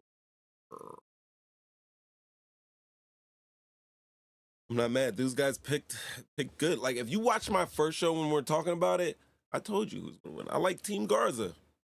He's got some good picks. And these guys are producing, but it's still early in the league. I mean, last time, I believe I was projected 9th in my picks, and I ended up, I think, like 4th or 5th or something like that. But I was in a good position at the end. So I'm just hoping everything just rights itself. What you going to do about your running back situation now?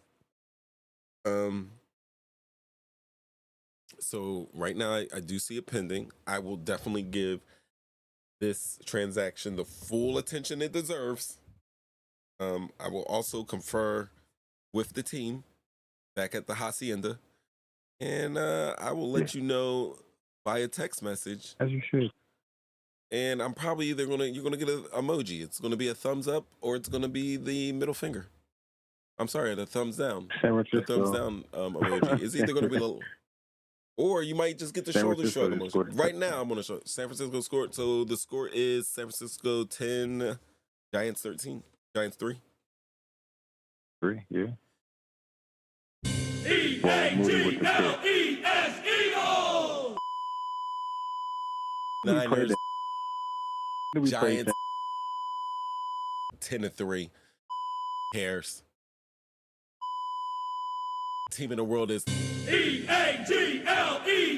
Eagles! That's my team.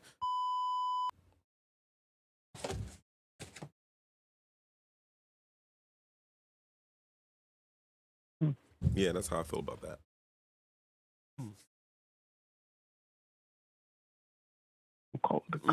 Yeah. Yeah. That's how I feel about that.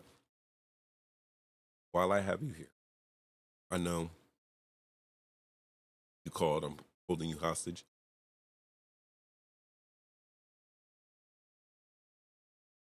Point right now. Yo, you know who that Like, guy is for right real, there? for real, the plays don't even look as good as the ones that were in the newest Maverick movie. What, you mean the new F-35? Yeah, they don't even look that good. They look cool. They look a little. They do look fat. They look heavy. And Yeah. that thing is all engine. Heck. Look on Who is this underneath. guy up here? This is New York City Mayor Eric Adams. They got issues in New York. And they got issues on how they report and write about these stories in U.S. immigration. It's a crisis. It is a crisis.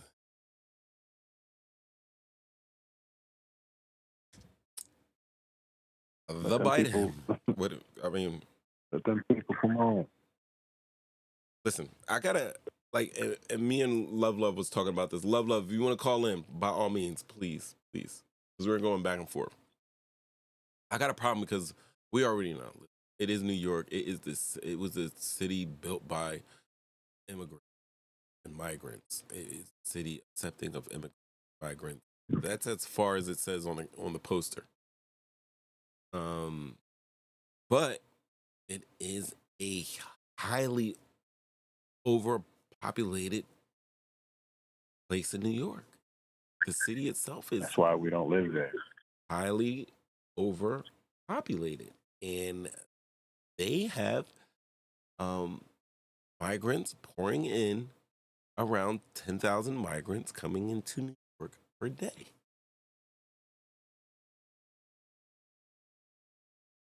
And the thing is the Biden administration announced that it will grant temporary legal status to hundreds of thousands of Venezuelans already in the United States.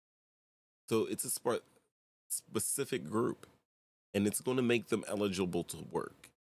And the move comes across as the administration deals with a growing number of individuals fleeing Venezuela and other countries to reach the U.S.-Mexico border. Venezuela is in South America. Central America? South America? South America. Let's bring it up on a map. How did they get all the way? How did they get all the way here? Did they take a bus? Yeah. I'm glad that you asked that, because I have an answer to that, sir. Let me bring it up here. Bam. There is. All right, so they're walking out of South America, and I was going to talk about this late segment here. Let me bring this title down. Back.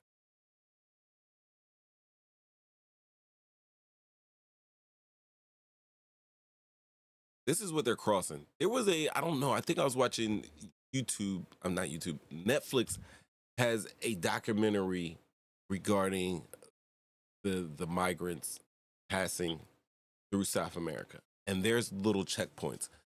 One infamous checkpoint that is highly dangerous between Colombia and Panama is the Darien Gap. And this is the point in which this Netflix documentary picks up. They're going through this water. There's people from Haiti carrying babies that are, sick with fever. There's old ladies. There's young little kids. There's little babies who, to them, it's just like a walk, and it's like an adventure to them. There's parents keeping kids, there's daughters with their mothers, fathers with their sons, and they're all coming to America for whatever personal reason that they're coming to America. They are coming into droves. Now, as they're walking through South America, motion to this picture over that you show the actual Darien Gap in green. As they're walking from country through country, from town to town in these specific countries, like they're going through Colombia, they might walk through 13 checkpoints. And what they have done in South America is they have basically commercialized these migrants that are fleeing Venezuela. Basically, they're setting up checkpoints. They're selling these people bottled waters, blankets, glow sticks, a whole bunch of different things. In this Darien Gap, in the documentary, it shows skeletal remains of people that have come and did not make it. That it shows skeletal remains and partial remains of people that, when looked upon closely, it was seen that, hey, this person didn't die from exhaustion. This person looked like they died violently. So they got a whole mess and a whole slew of things going through these trails. But basically, for the most part, when these people are coming out of Venezuela and heading into the United States, they are basically walking definitely across South America, into Central America, into Mexico, going up into the border.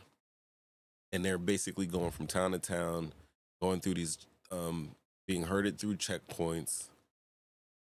And it looks like one of the, I don't have the word. You're an educator. Give me a synonym for effing insane. Perilous. It's perilous. What's more, I need a word that just. That's perilous. Perilous is good, but like perilous to me does not fit the ordeal that man, women, and child is going to get out of Venezuela. In this case, these guys are getting out of Venezuela and trying to come up north. That's all. It looks like it's all or nothing. We got to go. We got to they go. Got to get it. This is for their lives, and it was a decision to. But I'm saying. Oh, go ahead. What are you saying? But I'm saying how we get into, once we get to America, or once we cross the border into the U.S., how did you get to NYC? And why NYC, of all places? Why there? Well, it's not just New York, but it's really all the major cities. They're sending them to the major cities. I did a show earlier talking about some of the things that the Republicans were doing, such as the issue where there was a lawyer with a whole bunch of migrants that had basically been kidnapped from Texas and taken into Martha's Vineyard. You know, and they were that's doing. That's what I'm getting. You know what I mean? Like at the end of the day, they're sending them to these quote unquote sanctuary cities. We've been talking about sanctuary cities as like it's been on the national conversation since at least the 2008 presidential campaign. That's when we really started talking about sanctuary cities. So we're looking about 20 years of issue that has gone more or less really unaddressed, and it's just been used as political fodder. You know, I mean, the liberals, Democrats used the kids being in cages. Donald Trump used the wall, and there are people that are on both sides of the issue because look, obviously when I'm telling you the story how men, women, children, old people, young alike are leaving Venezuela and leaving these other places because of gang activity, political corruption, and they're running scared for their lives. Like, these people aren't carrying loogie luggage with them. They're not traveling like Dion from Mississippi to Colorado. These people are traveling with a damn kid's sand shovel bucket that we play with at the shore, and that's holding all their worldly belongings, and they're taking this perilous journey just so they can get to safety. And my heart goes out to them, like me, like emotionally, even logically. It's logical to freaking hurt for these people. But then, like, yo, we do have a limited amount of resources here. I can't stand going into yo, if I pull it, I don't go in. I haven't been in ShopRite in years. You want to know why? Because the parking lot just looks full. Imagine you live in a city and it's being overflown. It's overflowing with people. And not only that, but an additional 10,000 people are making their way into your city per day. New York's having this issue. Chicago's having this issue. Detroit's having this issue. Houston's having this issue. If you are a big urban center in the United States of America, you have Venezuelans. You have people from all over the world, and this is a spotlight that's being thrown on them. Can Get this New York melting City pot melting again. handle an influx of 500,000 more people? Because there's two stories here. It's not just, there's a billion stories here within, this events that are going on now. But for New York, one is that specifically we're talking about the Venezuelans because there's approximately damn near 500,000 Venezuelans who arrived in the country just over the summer. And they're being facilitated to granted their authorization to work in the United States in New York City. And can you imagine the slave wages and effery that's going to be going on with employees? Right there. Do you imagine all the people that are trying to feed their family in already New York, man? It's not just Manhattan. New apartments cost a lot everywhere. So it's been a key demand from Democratic leaders who have been urging the White House to do more to assist asylum seekers. But additionally, there's going to be about 250,000 Venezuelans that are already qualified for temporary status already before the announcement. So after this, it's going to be about 500,000. Now, this is what happens. People get it mixed up with asylum. For asylum to happen, Oh, I want my to tell people, God. for asylum to happen, these people actually have to go through this. It's not like, for asylum to happen. Because to come from another country to America, you might have to have a passport and a visa, and then you can seek asylum there. But these people are running from their lives. And I don't know if you've ever ran from your life, but when you're running for your life, you're not thinking to get out the house and you're remembering your passport. People rarely you traveling. I do. You traveling between continents. You know what I mean? You traveling light as possible. So, but it's still not illegal for them to come here. It's not illegal. It's technically not illegal. They can cross the border, but once they cross the border, they have to claim asylum. Now, that process can take up to 6 months to a year. And then from there, once you're granted that application for asylum that can take up to a year, then once you're granted that asylum, you usually have to wait at least 6 more months to be authorized for work. So you're talking about some people that just came from, running for their lives. They're now in the United States of America. Hopefully, they're been reunited with their family and everything. And now you're here. You've been granted asylum, and then you got to sit on your ass for 6 months, and you can't earn any living at the mercy and charity of the United States instead of being able to go out there and forge your own path and start getting your American, right?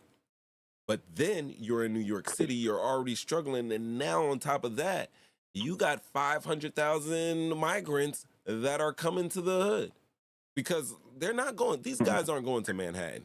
There's some places they said they can go. Where is it?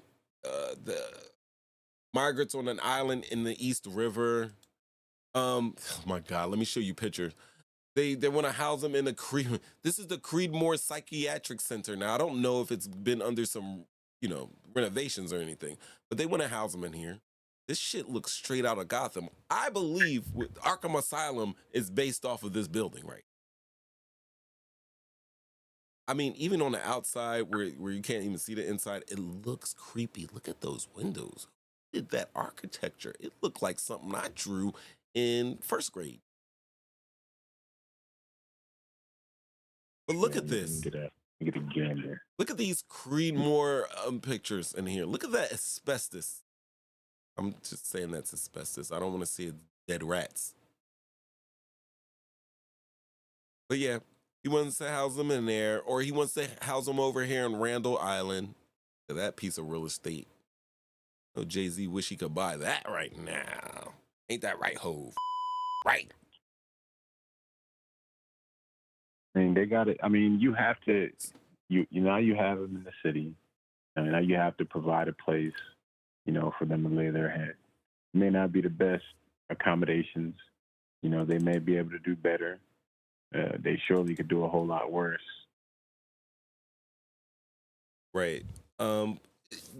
What also seems to me is weird is that I think earlier I was watching a press conference with Eric Adams, and he was basically asking like, "Hey, look, these people are here. He's not really for it, but it's a Biden administration. He always had some against Biden administrations, but I got a couple pictures of him dressed just like Joe Biden with the shades on and everything." The point I am trying to make right now is that they are coming up with new different laws. So you can get an extra stipend of money if you house some people here. If you're a developer, you can build an extra 20 feet or 200 feet in the sky, but you have to set aside some lodging and housing for these migrants. And we know anytime they make any concessions where you're going to get more money or added benefit, we know people take advantage of it. So I don't know. How much money have they've spent? Hold on, let me go to my notes just to make sure. Keynotes. They have spent so far on migrant care alone $5 billion. Right now, New York City has 60,000 migrants with 10,000 more coming each day. And like I said, from rootin' to the tootin', from the time that you cross over and claim asylum, it can take at the very least, like if everything goes well, if you came over, you're speaking English, you can write well, and you can fill out that paperwork good, because I can write English and speak well, and filling out paperwork is still foreign for a lot of us. So they got to go fill out all those forms. They're going to fill it out in triplicate, quadruplicate. And then you go through all that. It can take at least, going through all of this, 18 months. That's you're lucky you got here and you got on your feet and moving. At least 18 months getting here piss poor before you can earn a dime. Then when you get that job, you gotta wait for that first check.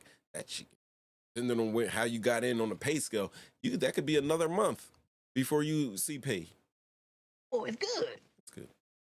Good and terrible. I'm so upset, but EAGLES Eagles! that cheers me up. Something you didn't know about most of the times is that when I get down in the dumps, sometimes I go on Google and I put in Miracle in the Meadowlands, and I watch Deshaun Jackson take that pump back against the Giants all the time.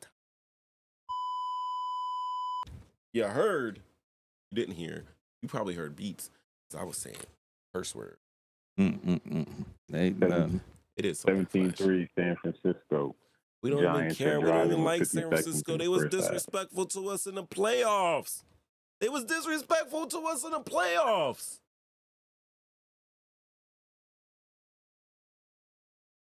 Did I tell y'all? I got a show called For the Birds. I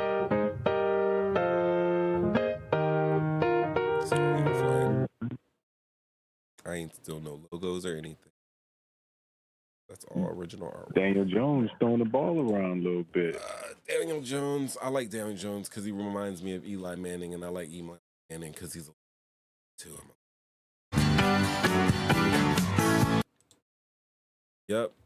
Until they play the Eagles, and then we don't like them. We don't like them at all.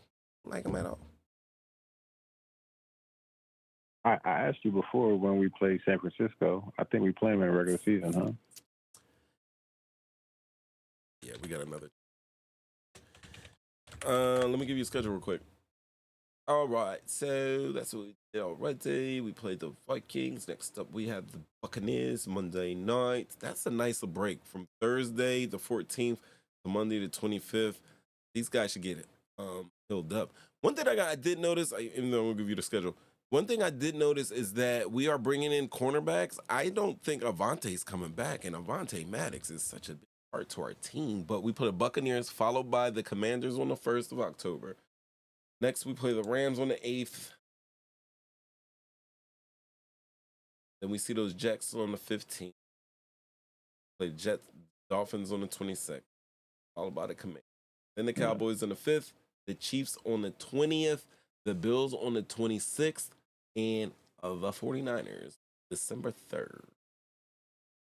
Followed by the Cowboys and our Right there. Cowboys, Seahawks, Giants, Cardinals, and Giants. Play Giants on Christmas Day. The GIN. Shout out to the Manville City Don'ts. I don't know who you are, but if you are the Manville City Don, how am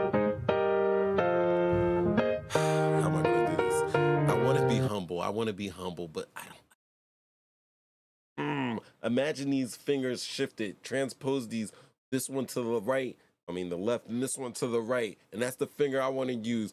You did me dirty. Dirty. You're a real crumb bum. You are. You got that off, sir. And then, I was feeling good. My Eagles had won. I was feeling good. I was like, I'm gonna pick with them. Let me mess up the names. Manville City Don'ts, because he's Manville City Don. I played on words. I got a little petty, and it ain't turn out right. It's like he grabbed me like this. You ever grab somebody like this? You take the collar and grab it like that, and just windshield wiper him. I got windshield wiper. To the left, to the left. To the left, to the left. I'm thinking like if I had to throw the barbecue, y'all getting fried bologna straight up on wheat bread.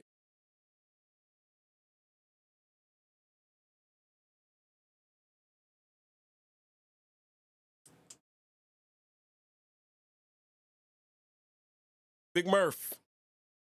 Can't believe I said it. Yeah. Yo, anything for the peoples? I think I'm getting out of here. I'm gonna get out of here with that. Thanks for watching the show, bro. Peace and love, man. We'll be on Sunday. We're gonna talk fantasy football and football all day. Definitely call in. You can call in and talk that trash. I will be here to hear it. You know what I'm about to do right now, though. Well, this thing I do all the time.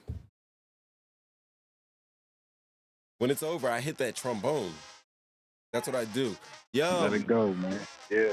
Guys, you was on the phone with Murph. You got the Manville City Don himself. Cheesing on me. Kato, Ev Love, Del Love, Flash, Mainline. Am I forgetting anybody? Ramid. I love you guys. Thanks for showing up and showing out.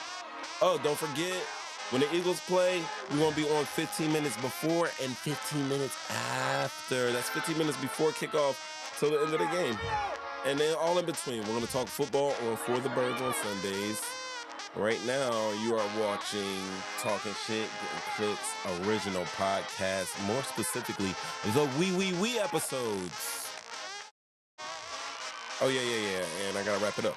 And this is what we talked about tonight. U.S. immigration crisis, New York, and let's save the day, casino hacked it. And people losing $100 million jets. Guys, don't forget to like and share. You got to tell them. Like and share. You know somebody, tell a friend, help me out. We're over 100 subscribers. That was the goal. We got there. Now we're pushing forward. We're trying to get 1 billion of y'all. Easy works. Thanks for watching. See you next week. Peace.